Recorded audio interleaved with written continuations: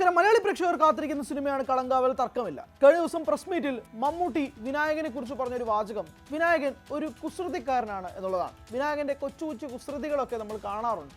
അതിലൂടെയാണ് ആ കുസൃതികൾ കാരണം നമുക്ക് വാത്സല്യം തോന്നുമെന്നുള്ളതായിരുന്നു മമ്മൂക്കയുടെ വാക്കുകൾ. മമ്മൂക്കയോടൊരു ചോദ്യം, തൻ്റെ സ്വന്തം ഫ്ളാറ്റിൽ നിന്ന് നഗ്നതാ പ്രദർശനം കാണിച്ച് അസഭ്യം പറയുകയും അവിടെ കൂടെ ഉണ്ടായിരുന്ന ഒക്കെ ആളുകളെ തെറി വിളിക്കുകയും തെറി അഭിഷേകവും നടത്തുകയും ചെയ്ത് ആ ഉടുതുണി സ്വന്തം അതെല്ലാം ഊരിക്കളഞ്ഞ് തൻ്റെ നഗ്നതാ പ്രദർശനം അവിടെയുള്ള നാട്ടുകാരെയും കാണിച്ച് അവിടെയുള്ള എല്ലാവരെയും ഭീഷണിപ്പെടുത്തുകയും അസഭ്യം പറയുകയും ചെയ്ത വിനായകൻ്റെ ആ പ്രവൃത്തിയാണോ മമ്മൂക്കയ്ക്ക് കുസൃതിയായി തോന്നിയത്?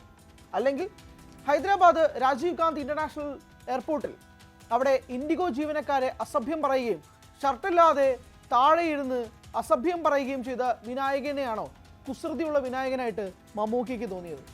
അതോ ഉമ്മൻചാണ്ടി മരണപ്പെട്ടപ്പോൾ മാധ്യമങ്ങളൊട്ടാകെ തന്നെ ഉമ്മൻചാണ്ടിയുടെ മരണവാർത്ത ജനങ്ങൾക്ക് മുന്നിലേക്ക് എത്തിച്ചപ്പോൾ തൻ്റെ ചാനലിൽ വന്ന് എന്തിനാണ് രാവിലെ തൊട്ട് തന്നെ ഉമ്മൻചാണ്ടി എന്ന് പറഞ്ഞ് മാധ്യമങ്ങളെല്ലാവരും ഈ സംസാരിക്കുന്നത് എന്ന് പറഞ്ഞുകൊണ്ട് ഉമ്മൻചാണ്ടിയുടെ മരണത്തെപ്പോലും വളരെ മോശമായി സംസാരിച്ച വിനായകൻ്റെ കുസൃതിയാണോ കുസൃതിയായി കാണേണ്ടത്?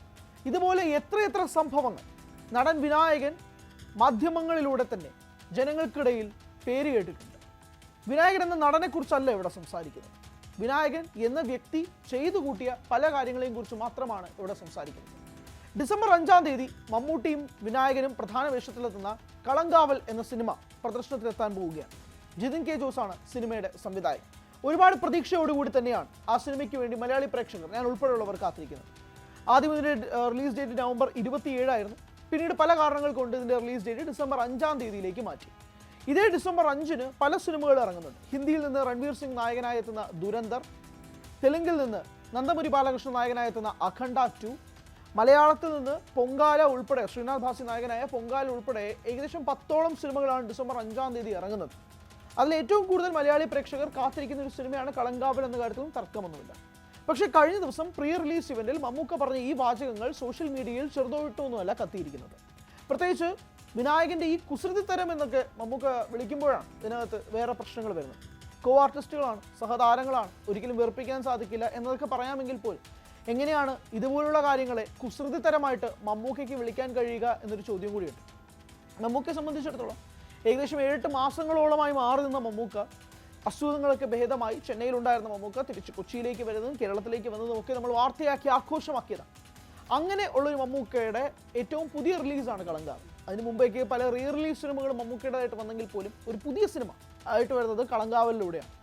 സൈനൈഡ് മോഹൻ എന്ന കഥാപാത്രത്തിൻ്റെ ചില ഷെയ്ഡുകൾ ഉണ്ടെങ്കിൽ പോലും ഇത് റിയാലിറ്റിയുമായി ബന്ധപ്പെട്ടുള്ള സിനിമയൊന്നുമല്ല, കംപ്ലീറ്റ്ലി ഫിക്ഷണലാണ് എന്നത് സംവിധായകനും നായക നടനായ മമ്മൂട്ടിയും ഒക്കെ പറയുകയും ചെയ്തു. മാത്രമല്ല ഈ സിനിമയിൽ മമ്മൂക്ക വില്ലനായിട്ടാണ് എത്തുന്നത് എന്നുള്ള പ്രത്യേകതയും കൂടിയുണ്ട്. ഈ സിനിമയിലെ നായകൻ എന്ന് പറയുന്നത് വിനായകനാണ്. അതവർ പ്രീ റിലീസിൻ്റെ ട്രെയിലറിൽ ഉൾപ്പെടെ വ്യക്തമാക്കുകയും ചെയ്തിട്ടുണ്ട്. വിനായകൻ എന്ന നടനെപ്പറ്റി ഇവിടെ ആർക്കും ഒരു സംശയവുമില്ല, ചോദ്യവുമില്ല. പ്രത്യേകിച്ച് രജനീകാന്തിനൊപ്പം ജയിലർ എന്ന സിനിമയിൽ വില്ലനായി തകർത്താടിയ വിനായകനെ ഇന്ത്യ ഒട്ടാകെയുള്ള സിനിമാ പ്രേക്ഷകരാണ് അതിഗംഭീരമായി വിലയിരുത്തിയത്. വിനായകൻ എന്ന നടൻ വളരെ ഡിസിപ്ലിൻ ആണെന്ന് മമ്മൂക്ക പറയുന്നുണ്ട്. വളരെ വർക്ക് ചെയ്യാൻ വളരെ ഗംഭീരമാണ്, എൻജോയബിൾ ആണ് എന്നതൊക്കെ മമ്മൂക്ക പറയുന്നുണ്ട്. പക്ഷേ യഥാർത്ഥ ജീവിതത്തിൽ വിനായകൻ കുറച്ച് കുസൃതി കാണിക്കുമെന്ന് മമ്മൂക്ക പറയുന്നിടത്താണ് ഈ ചോദ്യം ചെയ്യൽ വരുന്നത്. ഇതിൽ ഏത് ഇൻസിഡൻ്റാണ് മമ്മൂക്കയ്ക്ക് കുസൃതിയായിട്ട് തോന്നിയത് എന്നതും കൂടി ഒരു ചോദ്യചിഹ്നമായിട്ട് ഉയരുകയാണ്. അതുകൊണ്ട് തന്നെ മമ്മൂക്കയ്ക്ക് നേരെയും സൈബർ ആക്രമണങ്ങൾ വളരെ ശക്തമായി ഉയരുന്നൊരു സാഹചര്യം കൂടിയാണ് നിലവിൽ നിൽക്കുന്നത്. വിനായകനാവട്ടെ തൻ്റെ ഏറ്റവും ഒടുവിലത്തെ അഭിമുഖത്തിൽ പറഞ്ഞൊരു കാര്യം, യഥാർത്ഥ ജീവിതത്തിൽ എനിക്ക് വലിയ സന്തോഷങ്ങളൊന്നുമില്ല, സിനിമയാണ്, സിനിമയിലൂടെ മാത്രമാണ് മുന്നോട്ട് പോകുന്നത് എന്നതും വിനായകൻ പറയുകയും ചെയ്തു.